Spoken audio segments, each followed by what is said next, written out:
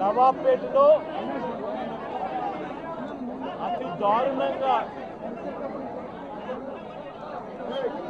కేవలం ఆధిపత్యం అన్నది చాటడం కోసం ఒక పథకం ప్రకారం అక్కడ కర్రలతో అతి దారుణంగా దాదాపుగా 20 మంది కలిసి కర్రలతో అతి పాశవికంగా కొడుతూ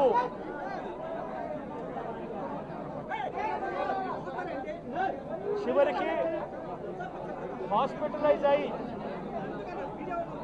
తీవ్రమైన దెబ్బలతో వాళ్ళు హాస్పిటల్లో ఉంటే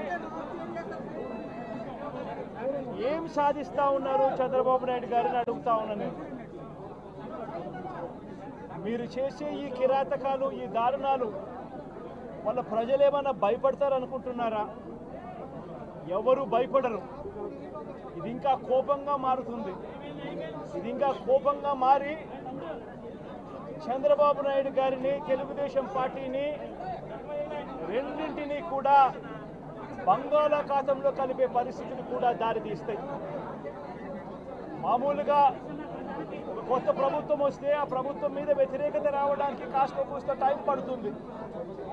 కానీ మొట్టమొదటిసారిగా చూస్తూ ఉన్నాం చంద్రబాబు నాయుడు గారి మీద వ్యతిరేకత అన్నది చాలా ఫాస్ట్గా పెరిగిపోతూ ఉంది. నిజంగా ముఖ్యమంత్రిగా ఉన్న వ్యక్తి గవర్నెన్స్ మీద ఫోకస్ పెట్టాల్సింది పోయి ఏం చేస్తూ ఉన్నాడు అన్నది ఒక్కసారి తనను తాను ప్రశ్నించుకోవాలి అని అడుగుతా ఉన్నా. ఈరోజు రైతులకు సంబంధించి వ్యవసాయం పూర్తిగా ముమ్మరంగా సాగుతూ ఉన్న పరిస్థితుల్లో రైతులకు తాను హామీ ఇచ్చిన మేనిఫెస్టోలో తాను చెప్పిన హామీ రైతులకు 20,000 రూపాయలు పెట్టుబడి సహాయంగా ఇస్తానని చెప్పి రైతులకు ఎగరగొట్టేశాడు. ఇవ్వాల్సిన రైతు భరోసా సొమ్మును కూడా ఇవ్వకుండా, ఎక్కువ చేసి ఇస్తానన్న రైతు భరోసా సొమ్మును కూడా ఇవ్వకుండా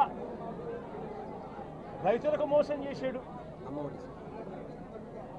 పిల్లలు బడులకు పోతా ఉన్నారు. ఎంతమంది పిల్లలు బడులకు పోతా ఉన్నారు అన్నది అందరికీ తెలిసిన లెక్కలే. ప్రతి సచివాలయంలోనూ ఎంప్లాయీస్ ఉన్నారు, మండల ఎడ్యుకేషన్ ఆఫీసర్లు ఉన్నారు. అయినా కూడా తల్లులను మోసం చేస్తూ అమ్మఒడి ఎగరగొట్టేశారు. ప్రతి పిల్లాడికి ఇస్తాను అని ఎన్నికలప్పుడు చెప్పిన హామీ నీకు 15,000, నీకు 15,000, నీకు 15,000, నీకు 15,000 అని చెప్పి ఆ ప్రతి పిల్లాడిని చూపించి ఇస్తాము అని చెప్పి ఆ పిల్లలను మోసం చేశారు. ప్రతి అక్క చెల్లెమ్మలను మోసం చేశారు. తల్లులకు అమ్మఒడి ఇస్తామని తల్లుల దగ్గర నుంచి మొదలెడితే ప్రతి తల్లికి 18 సంవత్సరాలు నిండిన ప్రతి అమ్మాయికి, ప్రతి అక్కకు, ప్రతి చెల్లెమ్మకు నెలకు 1,500 రూపాయలు ఇస్తామని చెప్పి వాళ్ళను మోసం చేశారు. ఈరోజు ఫీజు రీయింబర్స్మెంట్ తీసుకుంటా ఉన్న పిల్లలు జనవరి, ఫిబ్రవరి, మార్చ్ క్వార్టర్ ఫీజులు రాలా. ఏప్రిల్, మే, జూన్ ఫీజులు, రెండో క్వార్టర్ కూడా ఫీజులు రాలా. పిల్లలు చదువుకునేదానికి కూడా ఇబ్బంది పడే పరిస్థితిలోకి, ఫీజులు కట్టలేని పరిస్థితిలోకి కాలేజీ యాజమాన్యాలు ఫీజులు అడుగుతా ఉన్న పరిస్థితిని ఈరోజు చూస్తూ ఉన్నాం. పిల్లలకు వసతి దీవెన ఎగరగొట్టేశారు.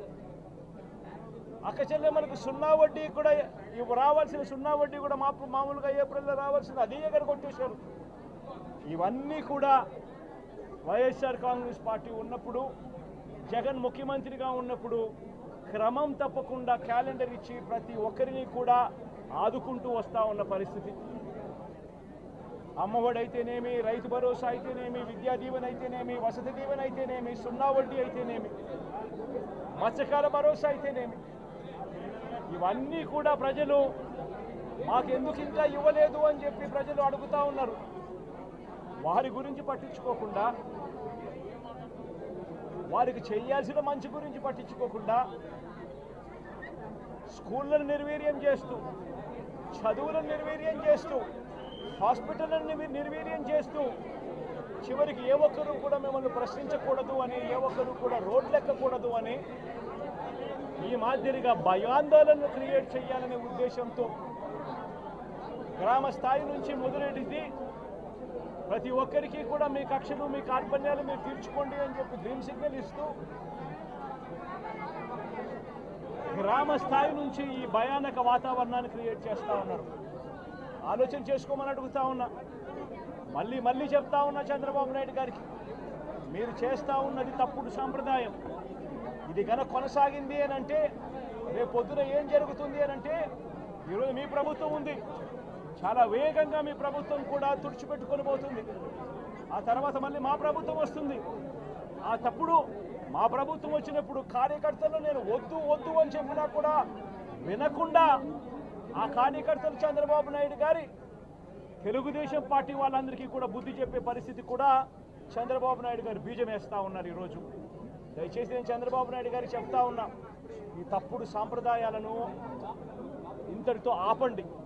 ఈ తప్పుడు సాంప్రదాయాలు పెద్దయ్యాయి, వృక్షాలైనాయి అని అంటే ఆ తర్వాత ఆపడం ఎవరి చేత కాకుండా పోతుంది. ఇప్పటికే లా అండ్ ఆర్డర్ అనేది గాడి తప్పింది. ఇప్పటికే ఏం జరుగుతూ ఉంది అన్నది మీకే తెలియకుండా కూడా జరిగేంత దారుణమైన పరిస్థితిలోకి ఈరోజు లా అండ్ ఆర్డర్ పోతూ ఉంది.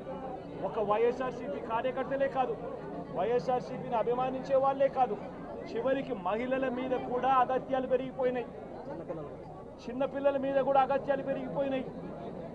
ఇష్టం వచ్చినట్టుగా రౌడీజం పెరిగిపోయింది. ఇష్టం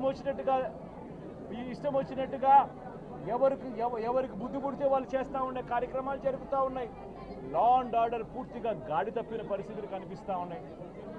ఇప్పటికైనా చెప్తా ఉన్నాను, హెచ్చరిస్తూ ఉన్నాం, మరొక్కసారి కూడా చెప్తా ఉన్నాం.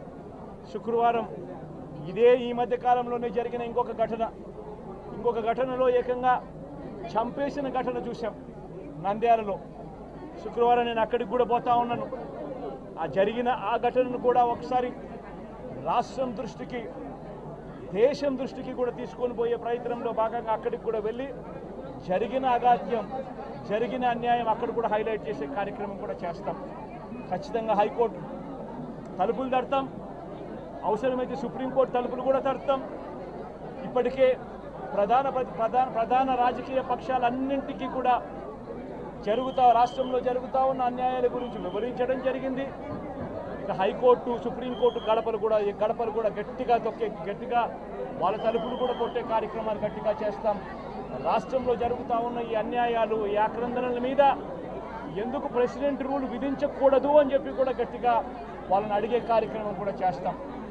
గవర్నర్ గారిని కూడా ఈ విషయంలో కలగజేసుకోవాల్సిన అవసరం ఉంది అని చెప్పి కూడా గవర్నర్ గారిని కూడా ఈ సందర్భంగా విన్నపిస్తూ ఉన్నాం.